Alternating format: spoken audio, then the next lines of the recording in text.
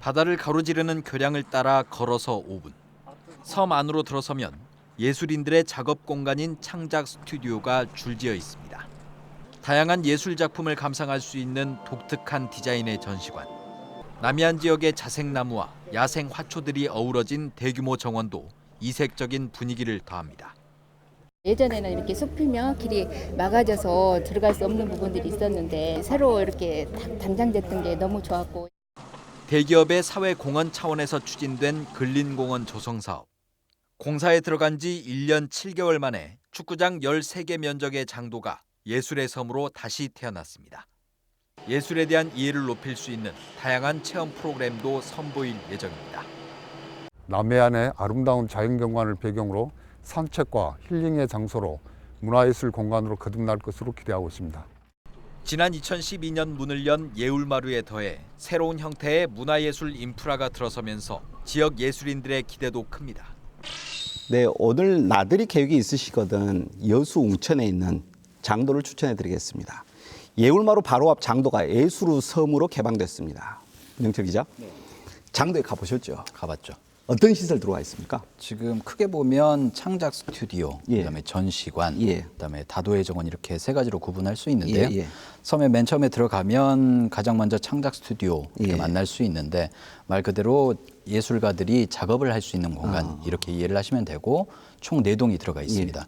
그리고 산책로를 따라서 다시 한번 쭉 들어가면 장도 전시관이 나오는데 말 그대로 여러 가지 예술 작품을 관람할 수 있는 시설이 되고요. 그다음에 다시 입구 쪽으로 돌아가는 길로 보면 여러 가지 나무와 야생 화초들이 심어진 다도해 정원이 있는데 여기서는 건너편 소호동하고 웅천해변공원 정면까지 이렇게 감상을 할 수 있죠. 저도 지난주에 한번 다녀왔습니다만은 근사합니다.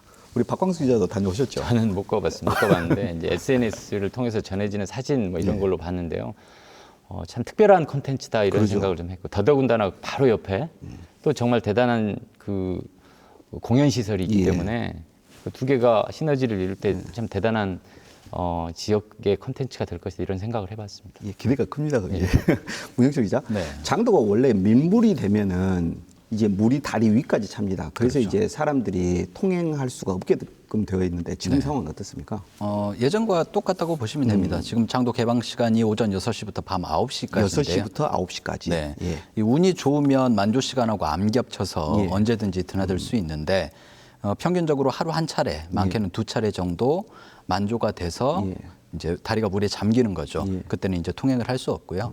그래서 방문객들 혼란을 좀 피하기 위해서 장도 입구에 디지털 현판을 통해서 통제 시간을 지금 안내를 하고 있고 또 온라인으로 예울마루 홈페이지에 가면 확인을 할 수 있기 때문에 혹시 방문하고 싶으신 분들은 사전에 확인을 한번 하고 가시는 게 좋을 것 같습니다. 사전에 확인하시고 확인이 안 되시더라도 오시면은 그 근처 볼거리들이 워낙 많으니까 후회는 안 하실 거라고 생각이 됩니다. 그 예술가들을 위한 창작 전시 공간이 있었거든요. 누가 어떻게 운영을 하는지 그리고 이제 지역의 예술인들이 상당히 기대를 많이 하고 있을 것 같아요. 이 반응 어떻습니까? 지금 예울마루와 마찬가지로 여수 장도 같은 경우에는 GS 칼텍스 재단이 여수시로부터 위탁 운영을 받아서 운영을 하게 되고요. 특히 창작 스튜디오 같은 경우는 입주할 예술인들을 조만간 이제 선정하기 위해서 사전 작업이 진행이 되고 있고 아까 4동이라고 말씀드렸는데 그 가운데 한 동은 지역 예술인들에게 우선 할당을 하겠다라고 지금 계획을 잡고 있습니다. 아까 장도에 붙여진 이름, 전체적인 컨셉이 예술의 섬 이렇게 이제 표현을 하셨는데 지역 문화예술인 같은 경우도 새로운 형태의 이런 인프라가 생긴 거에 대해서는 굉장히 환영을 하는 분위기고요. 다만 이제 전시관에 지역 예술인들이 만든 예술 작품을 좀 더 다양하게 전시할 수 있는 기회가 제공됐으면 좋겠다. 그리고 단순히 창작 공간이나 전시 공간을 제공하는 차원을 넘어서 지역민들하고 예술인들이 소통할 수 있는 그런 프로그램이 좀 다양하게 마련됐으면 좋겠다. 이런 주문을 좀 했습니다. 이제 만들어졌으니까 그런 컨텐츠들은 계속적으로 풍성하게 이야기되지 않을까 싶습니다. 예울마루와 함께 이제 장도가 지역의 새로운 랜드마크가 될 것이라는 기대가 큽니다. 잠깐 여기서 궁금한 게 이 예술섬 장도 돈도 많이 들어갔을 것 같아요. 어떻게 만들어졌습니까? 지금 장도 이전에 예울마루 같은 경우는 지금 1,100억 정도가 투입이 됐고요. 예울마루에 1,100억. 네, 그게 이제 GS 칼텍스 지역사회 공헌 사업의 1단계 사업이었고 장도가 2단계 사업이었는데 착공을 2017년 10월부터 했으니까 한 1년 7개월 정도 예. 걸린 거고 사업비가 한 210억 원 정도 예. 투입이 됐습니다. 지금 GS 칼텍스가 사회공헌 사업을 해서 여수시와 협약을 체결한 게 2007년이니까 약 12년 만에 지역 사회공헌 사업이 완료가 된 거죠. GS 칼텍스 지역 사회 공헌 사업 참 좋네요. 사실 이제 우리 지역에 입주해 있는 여러 대기업들 있지 않습니까? 그렇죠. 그럼 GS 칼텍스 이외에 다른 대기업들의 어떤 이런 사업들은 또 뭐가 있습니까? 지금 연말연시 뭐 소외계층 봉사활동도 하고 뭐 해양 쓰레기 수거 작업도 뭐 주기적으로 하고 예, 예. 또 일부 기업들은 지금 지역 인재 채용할 때 예. 가점을 주기도 하고 예. 그러니까 기업 나름대로는 뭐 여러 형태의 지역사회 공헌 사업을 하고 있는데 그럼에도 불구하고 예울마루와 장도 같은 기념비적인 예. 뭔가 이런 상징적 사업은 없는 게 또 현실이기도 하거든요.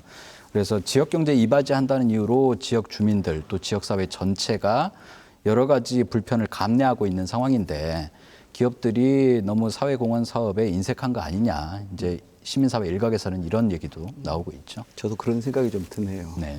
우리 지난 시간에 여천공단 대기업들의 배출가스 조작 사건을 다뤘습니다. 시청자 여러분들 많이 언짢으셨을 것 같아요. 기업의 지역사회에 대한 공헌이 무엇인가? 그래서 지역과 함께 신뢰를 쌓아가면서 서로 상생 발전하는 것입니다. 예술섬 장도 참 좋네요. 이 취재 뒷이야기 한번 들어볼까요? 어떻을까요? 지금 원래 GS 칼텍스 재단하고 여수시가 이번 장도 개관 기념해서 성대하게 개관식을 하기로 했는데 취소를 했거든요. 그러니까 최근에 방금 말씀하신 대기오염물질 배출농도 조작 사건이 터지면서 여기에 GS 칼텍스가 연루돼 있다 보니까 그렇죠. 행사를 취소한 건데요. 어쨌든 이런 사업 같은 경우는 기업의 사회 공헌 사업으로서 모범 사례로 꼽히기도 하지만 한편으로는 이런 화려한 사업을 내세우면서 뒤로는 시민들 몰래 불법을 저지른 게 아니었나. 또 그로 인해서 이런 사회 공헌 사업의 전체적인 취지마저 흐트러진 것이 아닌가라는 좀 씁쓸한 안타까운 생각이 듭니다. 먼저 신뢰죠. 그렇죠. 예. 네. 우리 박광수 기자는 어떻게 생각하십니까? 그렇지 않아도 이제 이와 관련한 논의가 뭐 기자들 사이에도 좀 있습니다. 예. 뭐 지금 이런 신뢰를 잃어버린 저버린 기업체들이 또 지역 사회에 뭐 공헌을 또 해야 될 것이냐 이런 얘기들도 있는데 너무 그건 성급한 논의인 것 같아요. 정말로 지금 대기오염 문제에 대한 시시비비를 명확히 가르는 게 지금의 우선이다. 우선이다. 예. 박광수 기자, 문형철 기자였습니다. 감사합니다.